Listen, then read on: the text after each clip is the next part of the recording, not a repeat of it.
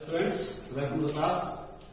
तो last class में आप लोगों को मैंने बताया था कि सॉफ्टवेयर अलग अलग तरह के होते हैं।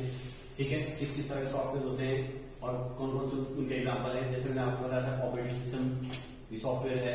ठीक है, आपका कंपाइलर भी सॉफ्टवेयर है, एप्लीकेशन सॉफ्टवेयर भी सॉफ्टवेयर है, आपके एक सॉफ्टवेयर की कैटेगरी है। तो आगे शुरू करने से पहले आज की क्लास को पहले मैं ये जानना चाहूंगा आप लोगों को कि आप कुछ नेम्स वगैरह मैंने आप लोगों को सॉफ्टवेयर के बताए थे, क्या वो आप लोगों को याद है? हाँ चलिए बेटा, आप बताइए। शाबाश। माइक्रोसॉफ्ट माइक्रोसॉफ्ट सॉफ्टवेयर, किसी कौन सा Microsoft? Pro, Google pro. Okay, चलो गूगल प्रो, वेरी गुड। आप बताइए। Power point, yes, very good. जो यूज कर रहे हैं विंडोज, हाँ विंडोज कोई भी, वेरी गुड। बैठिए। आप बताइए बेटा। रजदीप,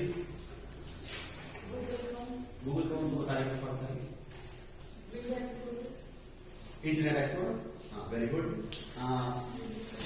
आकांक्षा, फायरफॉक्स, वेरी गुड। तो इसी तरह बहुत से आपके सॉफ्टवेयर यूज किए जाते हैं कंप्यूटर साइंस की फील्ड में। और जैसे कि आप लोगों ने बताया, Google Chrome, Firefox, internet explorer, Microsoft power point, Microsoft word जो है, ठीक है, ऑपरेटिंग सिस्टम में आपको विंडोज है, लाइनक्स है, ये सभी आपके सॉफ्टवेयर यूज किए जाते हैं और बनाए जाते हैं। आज जो हमारा टॉपिक है वो है कि जो ये सॉफ्टवेयर हम यूज कर रहे हैं उन्हें आप कैसे डिजाइन करते हैं, उस डिजाइन करने की टेक्निक को क्या कहते हैं, प्रोसेस को क्या कहते हैं, उसको प्रोसेस जानेंगे। जैसे देखिए, आप देख रहे हैं program is a set of instructions that you give to a computer so that it will do a particular task. तो जो प्रोग्राम वर्ड है, अगर हम सॉफ्टवेयर की बात कर रहे हैं, प्रोग्राम जो है आपके सॉफ्टवेयर का एक छोटा सा पार्ट है। जैसे अगर हम स्कूल की बात करें, ठीक है, तो स्कूल में एक क्लास तो स्कूल का एक पार्ट है। उसी तरह छोटे छोटे प्रोग्राम्स के कॉम्बिनेशन से आपके सॉफ्टवेयर बनते हैं। ठीक है, तो इसलिए हम ये मान सकते हैं कि जो सॉफ्टवेयर डिजाइनिंग है, ठीक है, उसमें सॉफ्टवेयर कैसे बनते हैं ये जानने के लिए सबसे पहले हमें ये पता होना चाहिए प्रोग्राम क्या चीज है, प्रोग्राम कैसे डिजाइन किए जाते हैं वो। क्योंकि जब आप प्रोग्राम्स बनाना सीख लेंगे तो उन्हीं प्रोग्राम्स के ग्रुप को हम क्या कहते हैं, सॉफ्टवेयर कहते हैं। ठीक है, तो जैसे कि मैंने आपको बताया, set of instructions that you give to a computer that will do a particular task. किसी एक काम को करने के लिए जब आप कोई सेट ऑफ इंस्ट्रक्शन देते हैं उसे हम प्रोग्राम कहते हैं। जैसे कि फॉर एग्जांपल मैं आपको समझाता हूं, आप देखोगे माइक्रोसॉफ्ट वर्ड में आप सेव करते हैं या प्रिंट करते हैं, ठीक है, तो वो एक टास्क है, कोई पर्टिकुलर टास्क क्या करना है, आपको प्रिंट करना है। तो उस एक्शन को परफॉर्म करने के लिए जो एक छोटा सा प्रोग्राम, चाहे 10 लाइन का हो या 20 लाइन का, वो जो लिखा जाएगा उसे हम कहते हैं प्रोग्राम। ठीक है, अब वो लिखा कैसे जाता है, ठीक है, या प्रोग्राम कैसे डिजाइन किया, तो वो हम आगे बढ़ेंगे। ठीक है, तो ये था आपका प्रोग्राम। और प्रोग्राम बनाने की प्रोसेस को, जैसे मैं अभी बता रहा था आप लोगों को, प्रोग्राम बनाने की जो प्रोसेस को या टेक्निक को हम क्या कहते हैं, प्रोग्रामिंग। क्या कहते हैं, प्रोग्रामिंग। और programming is the process of creating a set of instruction that computer how to perform a task. Programming can be done using variety of computer programming languages such as Java, Script, Python and C++. ठीक है, कहने का मतलब ये है कि जो programme writing के लिए आप टेक्निक यूज करेंगे, आप सॉफ्टवेयर यूज करेंगे, ठीक है।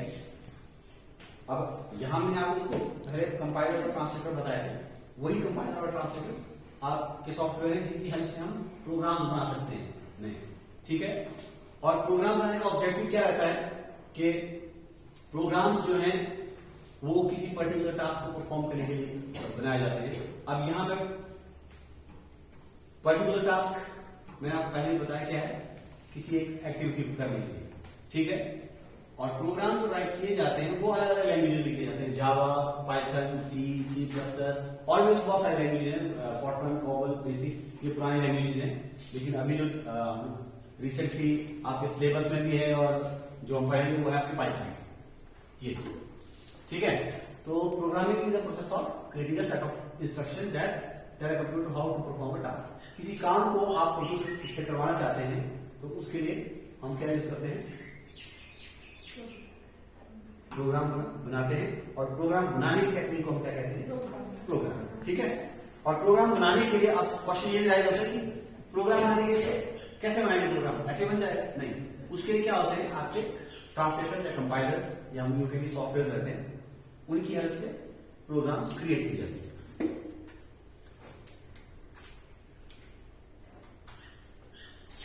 आप इस लेवल में जो मैंने आपको अभी बताया लैंग्वेज है पाइथन। पाइथन में प्रोग्राम्स कैसे बनाए जाते हैं वो आपके आज की क्लास में कुछ बेसिक सा बताऊंगा, ठीक है, या पाइथन में किस तरह के प्रोग्राम बनते हैं। हर एक प्रोग्राम जो प्रोग्रामिंग लैंग्वेज होती है, ठीक है, जिसकी हेल्प से हम प्रोग्राम बनाते हैं, हर एक प्रोग्रामिंग लैंग्वेज के अपने अपने मेरिट्स और डिमेरिट्स होते हैं। मेरिट्स मतलब जैसे कि किस किस तरह के प्रोग्राम पर्टिकुलर लैंग्वेज में बनाए जा सकते हैं, तो पाइथन में किस तरह के बनाए जाएंगे वो हम अभी स्टडी करते हैं। Python is a popular programming language, बहुत ही पॉपुलर प्रोग्रामिंग लैंग्वेज है। It was created by Guido van Rossum and release in 1991। तो आप इस चीज को जरूर नोट करके रखते हैं कि ये किसने बनाई है और कब बनाई है। ग्वेडो वैन रॉसम इन 1991। पहली बार पाइथन जो प्रोग्रामिंग लैंग्वेज है वो कब निजात की गई, कब क्रिएट की गई, वो हमने अभी आपको मैंने बताया, ग्वेडो वैन रॉसम 1991। ठीक है, ये आपका जीके के क्वेश्चन भी हो सकता है। इट इज यूज फॉर, ये किस चीज के लिए आप यूज करते हैं, आप अपने नोट्स साथ में राइट करते रहिए जो भी आपकी काम चीजें हो। ठीक है, it is use for web development. Server side application जो है आप पाइथन में क्रिएट कर सकते हैं, और उसके बाद सॉफ्टवेयर डेवलपमेंट, जो आपके क्लाइंट बेस्ड सॉफ्टवेयर जो किसी कंप्यूटर पे या किसी मशीन पे लोड आपको करने हैं, उसके सॉफ्टवेयर भी आप पाइथन में बना सकते हैं। फिर मैथमेटिक्स, यानी कि मैथमेटिक्स से रिलेटेड आपके कोई सॉफ्टवेयर आप डिजाइन करना चाहें वो भी आप पाइथन में कर सकते हैं। सिस्टम स्क्रिप्टिंग, स्क्रिप्ट्स आप लोगों ने पहले ही पढ़े हैं, तो स्क्रिप्ट राइट करने के लिए भी आपको पाइथन आप यूज कर सकते हैं।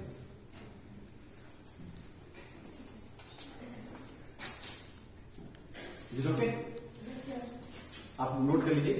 तब तक मैं आपको इसके बारे में थोड़ा सा और डिटेल में बताने की कोशिश करता हूं। जो पाइथन है वो आपका एक ऐसी प्रोग्रामिंग लैंग्वेज है जिसमें वैरायटी ऑफ सॉफ्टवेयर आप क्रिएट कर सकते हैं। वैरायटी का मतलब यहां ये है, ये देखिए, आप सर्वर बेस्ड एप्लीकेशन भी क्रिएट कर सकते हैं, सॉफ्टवेयर क्लाइंट बेस्ड एप्लीकेशन भी यूज कर सकते हैं, मैथमेटिकल और स्क्रिप्टिंग, यानी कि ऑलमोस्ट मुझे लगता है बहुत ही कम ऐसी सिचुएशन होगी जिन सिचुएशंस के लिए आप पाइथन में प्रोग्रामिंग नहीं कर सकते, ऑलमोस्ट सब में कर सकते हैं। ठीक है, मैं प्रोसीड आगे बढ़ूंगा। What can Python do, Python में आप क्या क्या कर सकते हैं, या पाइथन क्या कर सकते हैं।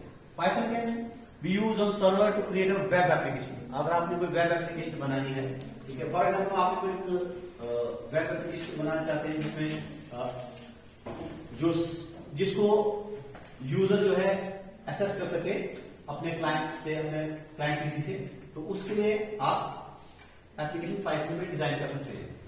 अगर आपको इसका छोटा सा एग्जांपल देने की कोशिश करूं तो आपने देखा होगा कि आप अपनी डिटेल्स किसी वेबसाइट पर आपने लोड किया उसको चेक कर सकते हैं। जैसे आधार कार्ड ओटीपी आएगा और आपकी सारी डिटेल सामने आ जाएगी। ठीक है, तो कुछ उस तरह की अगर एप्लीकेशन बनानी है आपको जो सर्वर पे काम करेंगी और क्लाइंट के साथ इंटरेक्ट करेंगी, तो आप पाइथन में बना सकते हैं। Python can be used alongside software to create a workflow. ठीक है, और वही है कि can be use for alongside software, जो आपके सर्वर को छोड़ के अगर आपने क्लाइंट या मशीन बेस्ड सॉफ्टवेयर बनाने उसके लिए आप इसे यूज कर सकते हैं। Python can connect to a database system, it can also read and modify files. और पाइथन की हेल्प से मैं डेटाबेस के बारे में आपको बताता हूँ। सिंपल सा एग्जांपल लेंगे हम। आपने देखा होगा कि बैंक्स में क्या होता है, आप अपना अकाउंट नंबर बताइए, आपको पूरी डिटेल सामने आ जाएगी, लेकिन वो इंफॉर्मेशन बैंक्स में नहीं होती। ठीक है ना, वो बैंक के किसी कंप्यूटर पे अवेलेबल नहीं है, वो बैंक का जो सर्वर है वो किसी पर्टिकुलर लोकेशन पे हो सकता है, वहां अवेलेबल है। तो उस तरह की एप्लीकेशन, जिन एप्लीकेशन की हेल्प से आप क्या कर रहे हैं, यानी कि जो आपके बैंक में सॉफ्टवेयर यूज किया जा रहा है वो क्या कर रहा है असल में, वो डेटाबेस को एसेस कर रहा है या इंफॉर्मेशन डेटाबेस से एसेस कर रहा है, कहां से, सर्वर से। तो उस तरह की एप्लीकेशन भी आप पाइथन में क्रिएट कर सकते हैं। आगे साथ में लिखेंगे also read and modify file. Read करने का मतलब क्या है, आप फाइल को, यानी कि मैंने फॉर एग्जाम्पल मैं आपको फिर से बता देता हूं, आप बैंक गए, बैंक के एम्प्लॉय ने आपका अकाउंट नंबर एंटर किया, सर्च किया, आपकी पूरी, आप बैंक गए, आपने अपना जो विड्रॉल वोचर है वो अपने एम्प्लॉय को दिया, जैसे मैं आपको बता रहा था।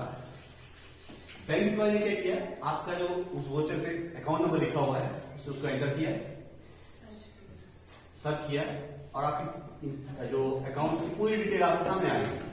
जैसे आपका अकाउंट नंबर क्या है, आपकी आईडी कौन सी आपने सबमिट की हुई है अकाउंट खोलने के लिए, वगैरह वगैरह, आपका बैलेंस।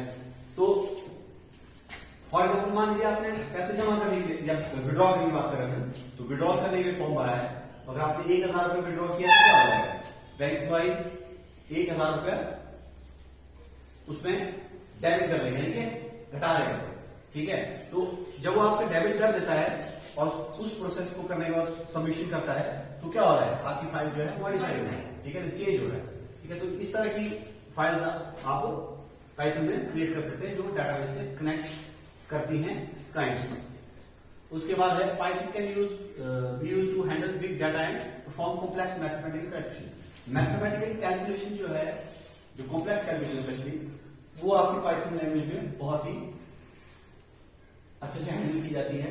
इसीलिए जो complex mathematical calculation based software होते हैं, ठीक है, वो आपके पाइथन में आप डिजाइन कर सकते हैं।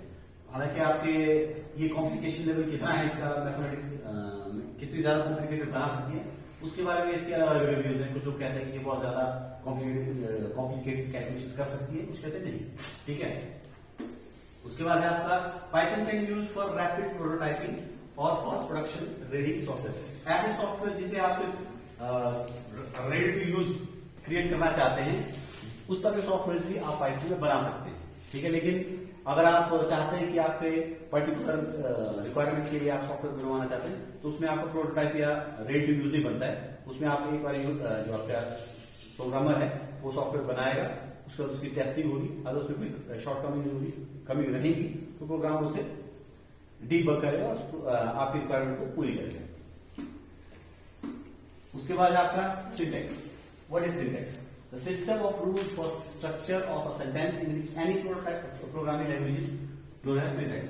Syntax किसे कहते हैं? आपको मैं इतना कॉम्प्लिकेटेड आपको लग रहा होगा कि ये सब क्या मतलब सेंटेंस है, इसका मीनिंग आपको समझने शायद दिक्कत। मैं आपको इसको सिंपल भाषा में समझा दूं। इसका सिंपल सा मीनिंग ये है कि आप देखोगे, आप हिंदी लिखते हैं, इंग्लिश लिखते हैं, ई लिखने का पर्टिकुलर पैटर्न है। ई किस तरह लिखा जाता है, तो कैसे लिखा जाता है, तो हर लैंग्वेज को लिखने के रूल्स होते हैं, आप उस रूल्स को चेंज नहीं कर सकते, ठीक है। अब फॉर एग्जाम्पल इंग्लिश आप लिख रहे हैं, तो इंग्लिश में आपको लिखना है ना, ही वॉज गोइंग, ठीक है ना, तो आप उसको ही वॉज ही लिखना पड़ेगा, पास्ट की बात आप कर रहे हैं, ठीक है ना। ही इज डूइंग प्रेजेंट में हो जाएगा, ठीक है। तो यानी कि जो रूल्स रहते हैं, जिस तरह से आपको कोई भी लैंग्वेज लिखनी है, वही डेफिनेशन यहां भी अप्लाई होती है, जिसे हम सिंटैक्स कहते हैं। असल में सिंटैक्स का मतलब है रूल, लिखने का तरीका कैसा होना चाहिए, वो आपका सिंटैक्स कहलाता है। और इसी रूल को देखिए एक बार फिर से रिवाइज करते हैं। The system of rules for the structure of a sentence in a programming language is called syntax. जो आपका रूल रहता है स्ट्रक्चर क्रिएट करने के लिए प्रोग्राम का, उस स्ट्रक्चर को फॉलो करने के लिए जो रूल्स रहते हैं, उसे हम कहते हैं सिंटैक्स। उसके बाद in other words we can say the set of rules और method of writing a codes in a programming language is called syntax. मैंने आपको थोड़ी देर पहले कहा कि जो राइट करने का जो रूल्स हैं उन्हें कहते हैं प्रोग्रामिंग सिंटैक्स। राइट करने के लिए रूल, ठीक है, राइट करने के लिए जो रूल फॉलो किए जाते हैं। कहने मतलब यही, जो आप कोड लिखते हैं ना, जैसे मैं आपको एक एग्जांपल देता हूँ, पाइथन का नहीं, मैं क्योंकि पाइथन तो हम करेंगे डिटेल में, मैं आपको एक सिंपल सा एक लाइन का कोड बताता हूँ, वेरिएबल कैसे डिफाइन किए जाते हैं विजुअल बेसिक। उसमें आप लिखेंगे डिव ए कॉमा बी एज इंटीजर। उसका मतलब ये हो गया कि ए और बी दो वेरिएबल हैं जिनमें आप क्या स्टोर करेंगे, इंटीजर, या यूं कहें कि जिनका डाटा टाइप क्या है इंटीजर, ठीक है।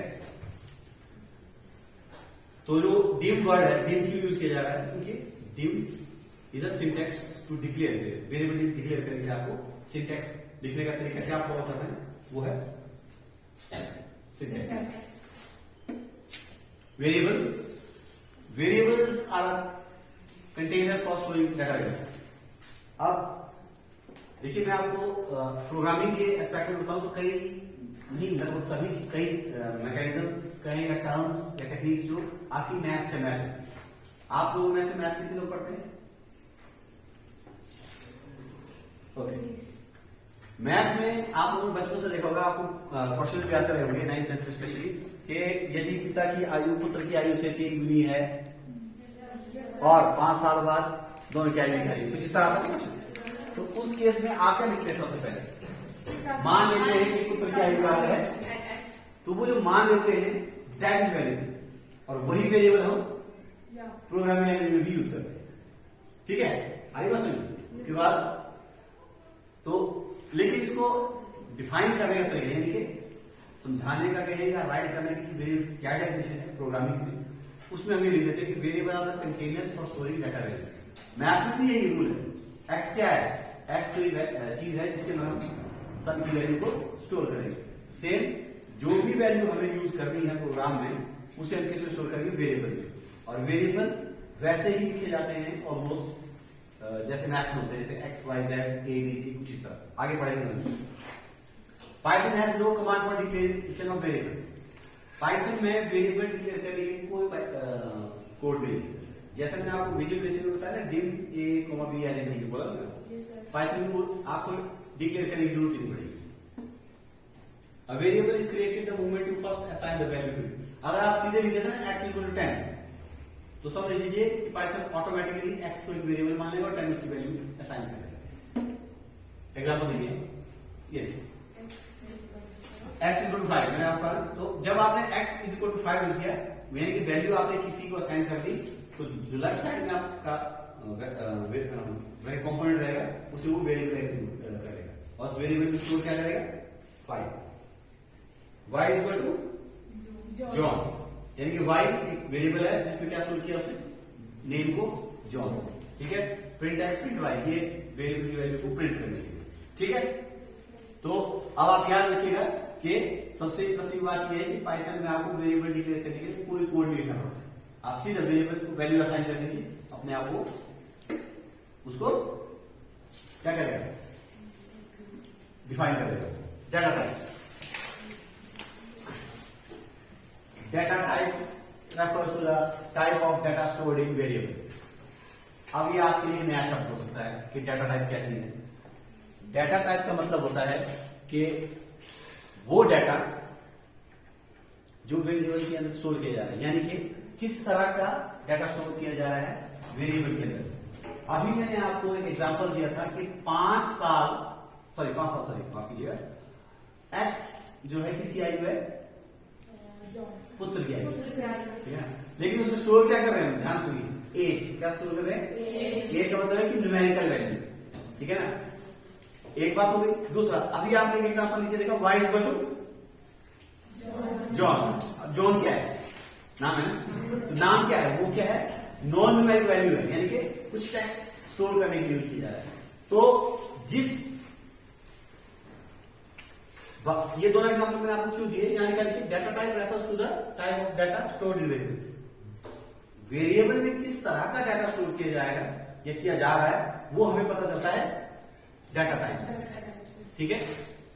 यानी कि अगर इसको दूसरी तरह देखें तो डाटा टाइप क्या, किस चीज को हम कहते हैं कि टाइप ऑफ किस तरह का डाटा वेरिएबल में स्टोर हो रहा है, उसे हम कहते हैं डाटा टाइप। और उसे कैसे आइडेंटिफाई करें? देखिए, वेरिएबल में store data of different types, अलग अलग तरह का डाटा स्टोर किया जा सकता है। जैसे मैंने आपको बताया न्यूमेरिक एज का बताया ना।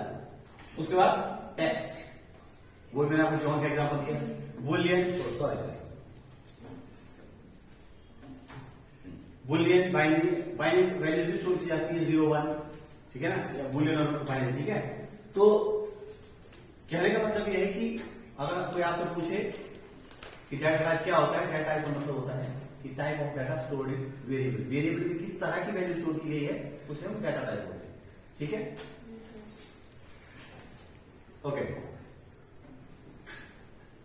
हमारा टॉपिक है ऑपरेटर्स इन पाइथन। पाइथन में ऑपरेटर्स, आप ध्यान से एक बात सुन लीजिएगा। अभी तक मैंने आपको जितने भी कॉन्सेप्ट बताए, वेरिएबल, डाटा टाइप, ठीक है, सिंटैक्स, ये तीनों आपके हर प्रोग्रामिंग लैंग्वेज में आएंगे। जितनी भी प्रोग्रामिंग लैंग्वेज आप पढ़ेंगे तो आप उसमें सिंटैक्स के बारे में भी पढ़ेंगे, वेरिएबल के बारे में पढ़ेंगे, डाटा टाइप के बारे में पढ़ेंगे।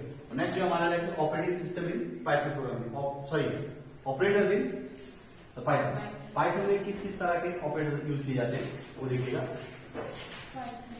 Python operators are sorry just देखिए क्या है, Python operators are used to perform operations on a variable. Basically जितने भी आपके ऑपरेटर्स रहते हैं उनका काम है वेरिएबल्स के ऊपर आप किस तरह का ऑपरेशन परफॉर्म करवाना चाहते हैं उसे इंडिकेट करना। फॉर एग्जाम्पल सामने देखिए लिखा है प्रिंट 10 + 5, ठीक है, तो ये बीच का साइन है, ये इंडिकेट करता है कि 10 और 5 को क्या करना है हमें ऐड करना है। ठीक है, तो वही कॉन्सेप्ट ऑपरेटर्स का सेम है जैसा कि आपके मैथमेटिक्स में रहता है, वहां भी आप ऑपरेटर्स यूज करते हैं। जो आपके पाइथन में किस किस तरह के ऑपरेटर्स रहते हैं, टाइप्स ऑफ ऑपरेटर्स, वो देखिए। Number 1 arithmetic operator. अरिथमेटिक में इनकी डिटेल्स आगे हम स्टडी करेंगे। उसका assignment operator, comparison operator, logical operator, identity operator, membership operator, bitwise operator. ये आपका arithmetic operators. Addition, subtraction, multiplication, division, modulus, exponential, float division, ये सब आप मैथमेटिक्स में एटलीस्ट 10 से जरूर पढ़े होंगे। ये साइन जरूर याद पता होंगे आपको, इस पर लेफ्ट साइड में लिखा है ना साइन, ये आप लोग सब जरूर यूज किए होंगे। और प्रोग्रामिंग लैंग्वेज में भी इनका यही कॉन्सेप्ट यूज है, इसी तरह से सेम पर्पज के लिए इन्हें यूज किया जाता है। उसके बाद आपका आता है असाइनमेंट ऑपरेटर। असाइनमेंट ऑपरेटर भी आप लोगों ने मैथमेटिक्स में यूज किए होंगे, लेकिन यहां इसे अलग कैटेगरी में रखा जाता है क्योंकि प्रोग्रामिंग में असाइनमेंट ऑपरेटर का काम है वैल्यू को असाइन करना और अरिथमेटिक ऑपरेटर का काम है वैल्यू पर कैलकुलेशन परफॉर्म करना। ठीक है, जैसे देखिए ये इक्वल टू है, ये इंक्रीमेंटल वैल्यू है, जैसे फर्स्ट है आपका इक्वल टू, यानी कि आपने वेरिएबल में कोई वैल्यू असाइन कर सिंपल, जो हमने सिंटैक्स के एग्जांपल में लिखा था x = 5 में कुछ लिखा था हमने, था ना एग्जांपल में सेम, मतलब आपने वैल्यू असाइन कर, ये देखिए प्लस इक्वल टू लिखा है। ठीक है, इसका मतलब ये है कि x में जो वैल्यू स्टोर की जाएगी वो कितनी होगी। ठीक है, x = x + 3, यानी कि अगर x में स्टोर की असाइन की जब 5 ऊपर है, मान लीजिए ऊपर 5 है, नीचे वाले ऑपरेटर एग्जांपल के अकॉर्डिंग है 5 = 5 + 3, तो x की वैल्यू कितनी हो जाएगी 8।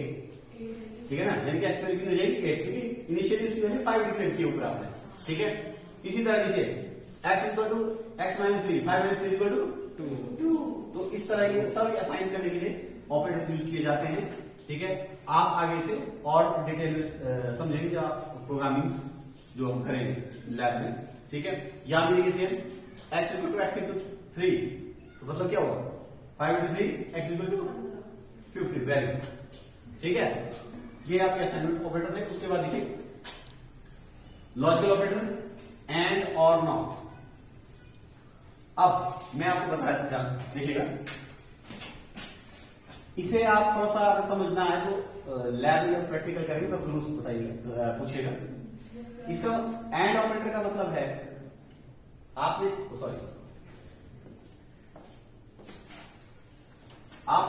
एक वैल्यू असाइन की है, x इज ग्रेटर देन, यानी कि आपने एक कंडीशन मेंशन की, x की वैल्यू कितनी होनी चाहिए <5, और दूसरी कंडीशन क्या है x <10। ठीक है, तो इस केस में अगर ये दोनों कंडीशन x फुलफिल होती है, मान लीजिए मुझे ये चेक करना है कि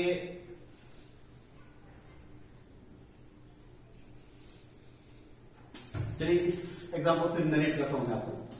फॉर एग्जाम्पल मान लीजिए मुझे ये चेक करना है कि दिया हुआ नंबर 5 से छोटा 10, 5 से बड़ा और 10 से छोटा है नहीं, तो मैं इसी लॉजिक को अप्लाई करूंगा।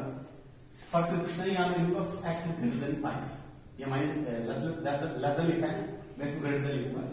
फिर क्या होगा, अगर मुझे ये चेक करना है कि क्या दी हुई वैल्यू 5 से बड़ी और 10 से छोटी है, तो मैं लिखूंगा मुझे क्या करना पड़ेगा, मुझे 2 बार कैलकुलेशन करनी पड़ेगी। मुझे चेक करना पड़ेगा कि वो वाकई में एक कैलकुलेशन परफॉर्म करनी पड़ेगी क्या वो 5 से छोटा है बड़ा है, ठीक है, और दूसरी कैलकुलेशन मुझे परफॉर्म करनी पड़ेगी कि वो 10 से छोटा भी होना चाहिए। तो अगर ये दोनों कैलकुलेशन फिल करने पर मतलब फुलफिल होती है, तो मैं मैसेज या रिजल्ट निकाल सकता हूं कि 5 जो नंबर है वो 5 और 10 के बीच का ही, ठीक है ना। तो उसके लिए मैं क्या करूंगा कि 2 कंडीशन लगाऊंगा और दोनों कंडीशन के बीच में एंड ऑपरेटर यूज करूंगा, ठीक है। अब इसको प्रैक्टिकली कैसे करेंगे मैं आपको लैब में बता पाऊंगा, ठीक है, ठीक है।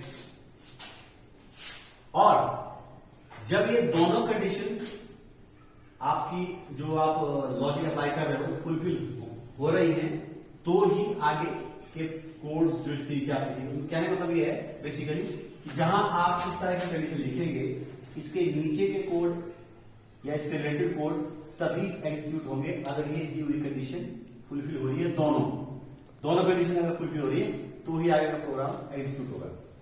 अब और पे आ जाइए, और में भी सेम केस है, ठीक है। जब आपको एक से ज्यादा कंडीशन चेक करनी है तो क्या ये दोनों कंडीशन एग्जिस्ट कर रही है उसी के लिए, लेकिन यहां थोड़ा सा डिफरेंस क्या है, और में अगर एक भी कंडीशन आपकी ट्रू हो जाती है तो आपका आगे का जो रिलेटेड कोड है प्रोग्राम का वो एग्जीक्यूट हो जाएगा। यानी कि अगर 2 में से एक में भी फुलफिल कर देना उसने, तो आप आगे पोर्शन को वो एग्जीक्यूट कर देगा। नॉट है आपका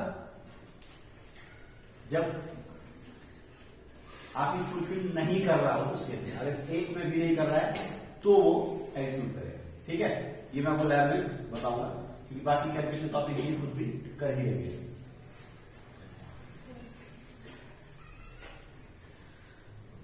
ठीक है।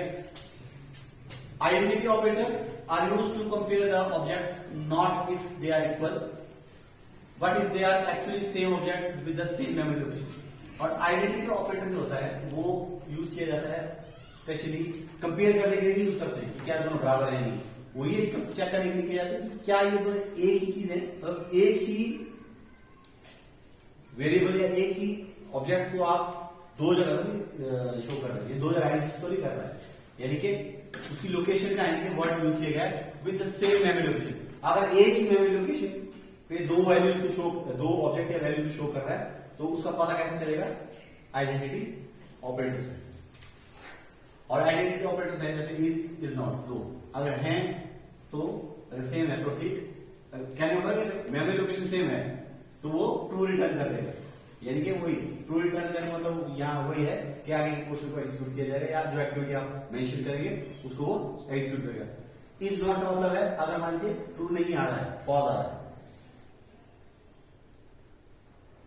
क्या मतलब इज नॉट में ट्रू रिटर्न कब करेगा जब दोनों सेम नहीं है। मैंने आपको बताया सेम ऑब्जेक्ट मतलब एक ही वेरिएबल एक ही मेमोरी लोकेशन का अगर 2 जगह आपने कंपेयर मान लीजिए मेंशन किया हुआ है और उसको कंपेयर करना है कि क्या ये वही है, एक तो है ना इक्वल कंपेयर करना, एक कंपेयर करना कि क्या वही ऑब्जेक्ट है या वही वेरिएबल है, ठीक है ना, उसके लिए आप इसे यूज करेंगे आइडेंटिटी ऑपरेटर को। Membership operator are used to test if a sequence is presented on an object, ठीक है, in और not in, ये भी आपके आइडेंटिटी की तरह, ये इनका पर्पस क्या है, operators are used to test if a sequence is presented in object, returns true if sequence with the specified value is presented in the object. अगर ये सीक्वेंस यानी कि x की वैल्यू y में इसी तरह क्या किया गया है, सीक्वेंस की गई है, उसके लिए अगर ऐसा है तो अगर ट्रू रिटर्न करेगा, अगर ऐसा नहीं है तो उसको ट्रू रिटर्न वो नहीं करेगा। बिटवाइज ऑपरेटर, बिटवाइज में भी आपकी ये एंड और नॉट है, ठीक है ना, sets each bit to 1 if both bits are 0, ठीक है। अब ये ऑपरेटर और जो मैंने आपको पहले लॉजिकल ऑपरेटर बताया, ये और काफी आपस में इंटररिलेटेड रहते हैं, ठीक है ना। मैंने आपको बताया था ना कि अगर आपके दोनों कंडीशन ट्रू होती हैं तो वन रिटर्न करेगा, वही चीज यहाँ नीचे लिखी। अगर आपने एंड ऑपरेटर अप्लाई किया है, क्या होगा, sets bit to 1 if both bits are 1। क्या है, मतलब अगर दोनों कंडीशन से ट्रू रिटर्न आ रहा है तो आगे वो ट्रू ही मिलेगा, यानी कि सब ठीक है। आप इस तरह समझ सकते हैं, ठीक है। अगर दोनों में से एक में भी नहीं आता है, एक में भी आता है, एक में भी आता है, तो वो 1 मिलेगा। कौन, और वो ऑपरेटर दूसरा है। फिर XOR sets bits to 1 if only 1 of 2 bits is 1। अगर दोनों में से एक बिट आता है तो एक्सॉर उसको 1 सेट करता है। Not inverse all the bits. Not का मतलब है अगर जो भी है उन सबको इन्वर्ट करेगा, उल्टा कर देगा। अगर 1 रिटर्न है तो 0 कर देगा, 0 है तो 1 कर देगा। इसी तरह बाकी सब भी काम करते हैं। और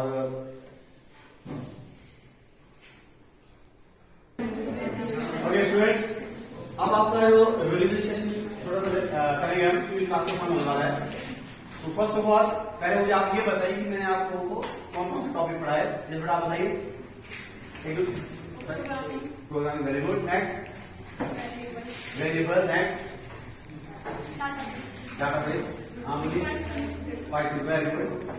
रजनी है सर, सॉफ्टवेयर, जान मेरा ऑपरेटर, वेरी गुड। देखिए मनीष सॉफ्टवेयर, सॉफ्टवेयर तो बता सकते हैं, एग्जाम्पल सर इसके रोम वगैरह। ओके, यस आप बताइएगा। Syntax, very good. Types of data, very good. आप बताइए बेटा। Types of, very good. Yes programming, very good, programming. अब मनीष आप बताएंगे वेरिएबल कैसे आप डिफाइन करते हैं, what is variable? Data storage में करते हैं। डाटा स्टोरेज के लिए जिसमें डाटा स्टोर किया, ओके वेरी गुड। बैठिए, सिंटैक्स बता सकते हो, कोई सरल भाषा में बताना, डेफिनेशन बताने की जरूरत है। सिंटैक्स क्या किसे कहते हैं? वेरी गुड, शाबाश, बोलिए बोलिए। आप बताइए बेटा, आप बताइए। Set of rules in writing a code and programming. Very good, यानी कि वो रूल्स जिन्हें हम फॉलो करते हैं, प्रोग्राम राइट करते हैं, उन्हें हम क्या कहते हैं? Syntax, very good. तो और कुछ और, हाँ एक बात क्वेश्चन और है, पाइथन में हम किस तरह किस तरह के प्रोग्राम बना सकते हैं? मैंने आपको शुरू में बताया what we can do in Python. उसमें कौन बताएगा? एक या दो बताइए। यस सर, वेब एप्लीकेशन, या वेब एप्लीकेशन, वेरी गुड। आप बताइए बेटा। हाँ आप बताइए। हाँ system scripting, very good. Software designing है सिस्टम स्क्रिप्टिंग, वेरी गुड, ठीक है। तो ये तो था आज का हमारा जो टॉपिक, पाइथन प्रोग्रामिंग के रिलेटेड और पाइथन प्रोग्रामिंग। बेसिकली मैं आप लोगों को आज की इंट्रोडक्शन में ये बताना चाहता था कि प्रोग्रामिंग किसे कहते हैं और पाइथन में जो प्रोग्रामिंग हम करते हैं उसमें क्या क्या कॉन्सेप्ट्स हैं, ठीक है। इसके बारे में और डिटेल में हम अभी आने वाली क्लासेस में पढ़ेंगे। आप लोग अपने नोट वगैरह प्रॉपर्ली साथ साथ में बनाइएगा, और अगर कोई डाउट या क्वेरी हो तो आप मुझे अगली क्लास में पूछ सकते हैं, ठीक है। अभी अगर किसी कोई डाउट या क्वेरी तो प्लीज बोलिए। Okay, you are eager to get back to home. Okay, that's okay, thanks a lot.